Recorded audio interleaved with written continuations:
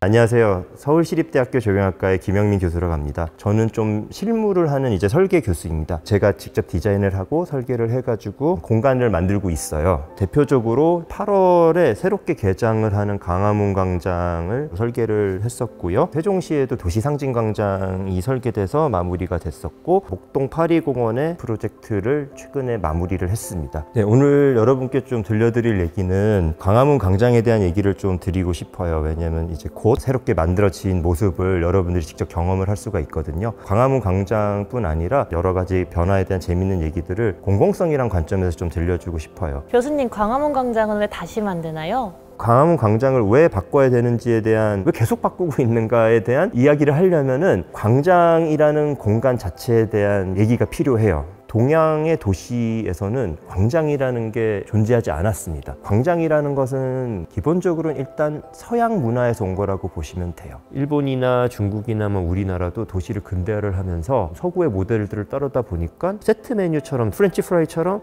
광장도 딸려오는 거네? 라고 했는데, 광장이라는 게 있는데 빈 공간인데 이걸 어디다 쓰지? 그러면은 근대 도시에 맞는 길을 만들면 되지 않을까? 우리나라가 급속도로 경제 성장을 하잖아요. 자동차가 늘어나고 도로도 더 필요하고, 큰 비어있는 도시 공간들은 거의 교통광장이 돼요. 그래서 분수도 넣고 동상도 넣고. 근데 이제 2000년이 넘어가면서부터 꼭 이게 차량 중심의 공간이 맞나라는 의구심들이 들어요. 좀 걷는 게 좋지 않을까? 차도를 줄여도 되지 않을까라고 했고, 2009년에 차도를 대폭 축소한 광화문 광장안이 기획이 되고 만들어집니다. 근데 이제 문제는 한 번에 다 바꾸면 무서웠던 거예요. 진짜로. 근데 혹시라도 교통대란이 일어나면 어떡하지? 그럼 다시 만들었는데 뜯고 차로를 다시 놔야 되나? 이런 생각이 있어서 양측에 기존의 교통체계가 거의 똑같은 모습으로 놓다 보니까 가운데 큰 교통섬처럼 된 거죠. 건너가기도 불편하고, 그리고 막상 건너가도 우리 흔히 하는 말로 좀 뻘쭘해요.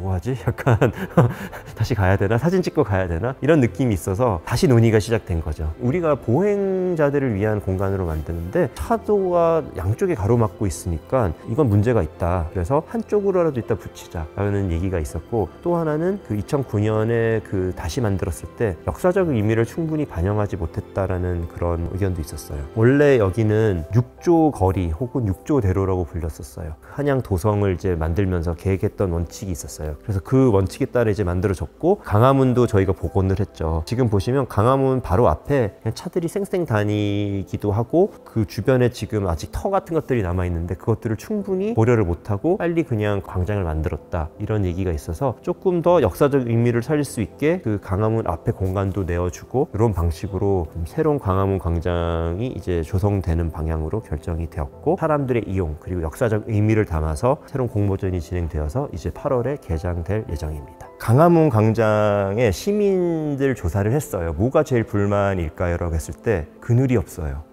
땡볕이에요. 다른 전문가들은 깊이 생각을 못하지만 저희가 가장 깊게 생각하는 건 나무에 대한 거거든요. 광장을 만들 때 좀 그늘을 많이 제공을 해야겠다. 그렇게 하고, 지금 보시면 이때 공모전 때 제시했던 거는 진짜로 동골도로든가 옛날 그림에서 그대로 이렇게 따가지고 그 나무들을 갖다 놓은 거예요. 나무 색이 다 달라요. 그러니까 이건 무슨 얘기냐면은 하나의 나무를 쭉 심은 게 아니에요. 그 나무들을 정리를 안 하고 했던 것도 하나의 어떤 나무를 심는 방식이었고, 그거를 갖고 와보자. 왜냐면은 얻을 수 있는 효과가 뭐냐면은 개인적인 얘기들과 개인적인 공간이 생겨나요. 공공이지만. 쉽게 예를 들자면은 누구를 만난다고 그랬을 때, 예를 들면 항상 여기 되게 큰 은행나무 있잖아. 거기에 그 앞에서 볼 수도 있고요.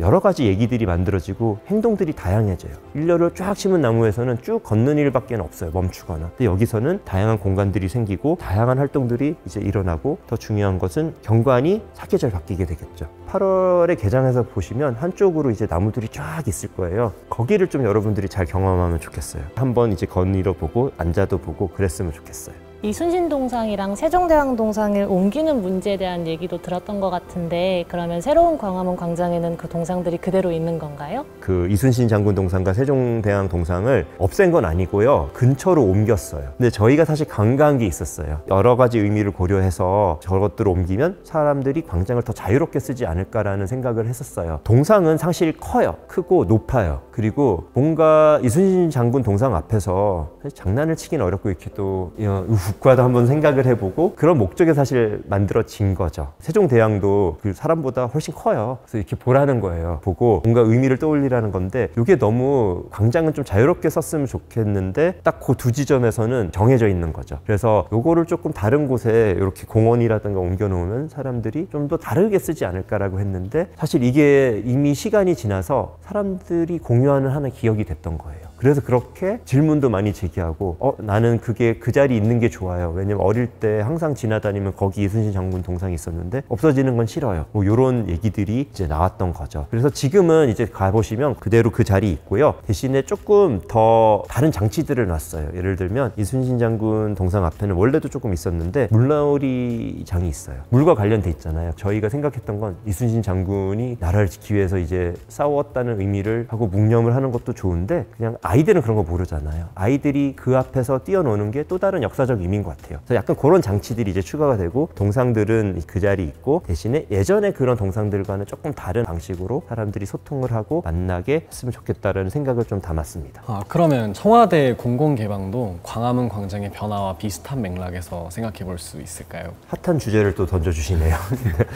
비슷한 맥락에서 어떤 새로운 공공성을 이제 만들어가는 서울의 변화라고 분명히 생각이 돼요. 아까 이순신 장군과 세종대왕의 얘기처럼 이게 하나의 어떤 의미를 담게 됐어요. 근데 청와대가 옮기면서 앞으로 이걸 어떻게 시민들에게 서로 소통을 하고 공감할 수 있는 새로운 공공장소를 만드느냐는 이제부터 저희가 같이 고민해야 될 문제인 것 같아요. 공공성이란 과연 뭔가? 우리가 원하는 건 뭔가? 그리고 어떻게 만들어야 되는가를 고민하는 하나의 지금 과정이라고 보면 되고 청와대 이전은 그거를 새롭게 우리가 그걸 찾아나가는 첫 단계 같아요. 그럼 최근에 청와대가 이제 용산공원 근처로 이전했잖아요. 네. 근데 이것도 원래 미군 기지로 일반인들에겐 개방되지 않고 이제 최근에 개방된 것으로 알고 있는데 이것도 비슷한 예시로 혹시 볼 수 있을까요?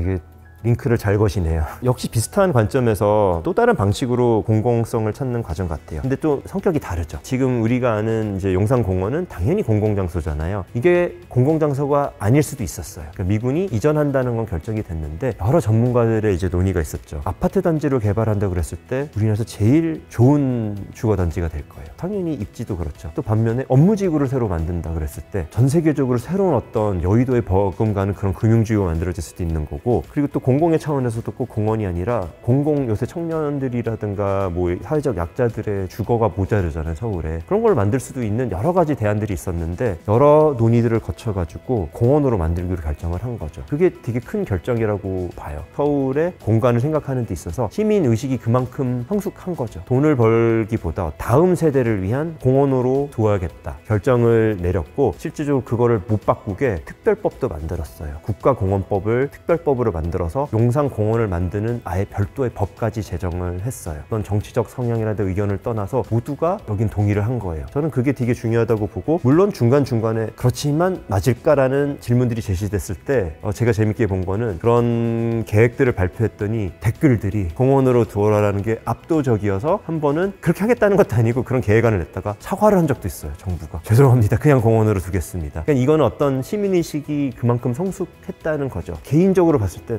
내가 거기 분양받으면 아니면 거기서 내가 가게를 하면 엄청 잘 될 텐데 이런 것들을 모두가 국민들이 의견을 제기한 거죠. 댓글로라도. 그리고 그게 반영이 됐고 이거는 정말 지금부터 만들어가는 공원 같아요. 그래서 정부라든가 행정가들 혹은 정치가들이 주는 선물이 아니고 우리가 스스로 만들어가는 또 다른 어떤 새로운 공공성의 계기를 용산공원이 또 제공을 하고 있다고 보고 실제로 임시 개방이 조금 됐잖아요. 여러분들도 가봤을 수도 있는데 그게 또 인스타라든가 이런 데서 엄청나게 SNS에서 반향을 불러일으키고 있고 공간을 바꾸는 새로운 동력을 지금 주고 있는 것 같아요.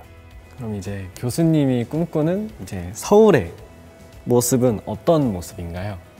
짧게 뭐 한 줄 평으로 답을 드리자면 가장 개인적인 모두의 공간. 우리는 항상 모두 우리를 강조해왔어요. 그리고 그걸 결정해주는 것은 사실 관이었죠. 관. 그게 공공이었고 근데 이제 광화문 광장에서의 이런 어떤 공간들 앞으로 만들어 용산의 공간도 그렇지만 용산에서 인스타 찍는 거는 지극히 개인적인 거예요. 그렇게 하라고 한 것도 아니고 그런 것들이 사실 모여서 하나의 공공성을 만들어내면 좋겠어요. 개인적이라고 해서 너랑 나랑은 상관없어는 아니에요. 모두가 공감할 수 있는 어떤 개인적인 공공성이면 좋을 것 같아요. 예를 들면 개인적인 공간이라고 해서 나는 노래를 부르고 술을 먹을래, 나의 개인적인, 여긴 내가 주인이니까, 그건 아니고 그러면은 나와 또 다른 개인이 불편할 수 있겠구나를 공감할 수가 있어야겠죠. 그런 어떤 것들을 통해서 그런 생각을 갖고 지금 이제 서울의 공간들을 변화시키고 새로운 공공성을 만들어 나가는 그런 과정이라고 보여지고, 오늘 말씀드린 광화문 광장, 어떤 청와대 이전, 용산공원 같은 것들이 결과가 아닌 어떤 과정이라고 봐요. 그게 중요한 점이고.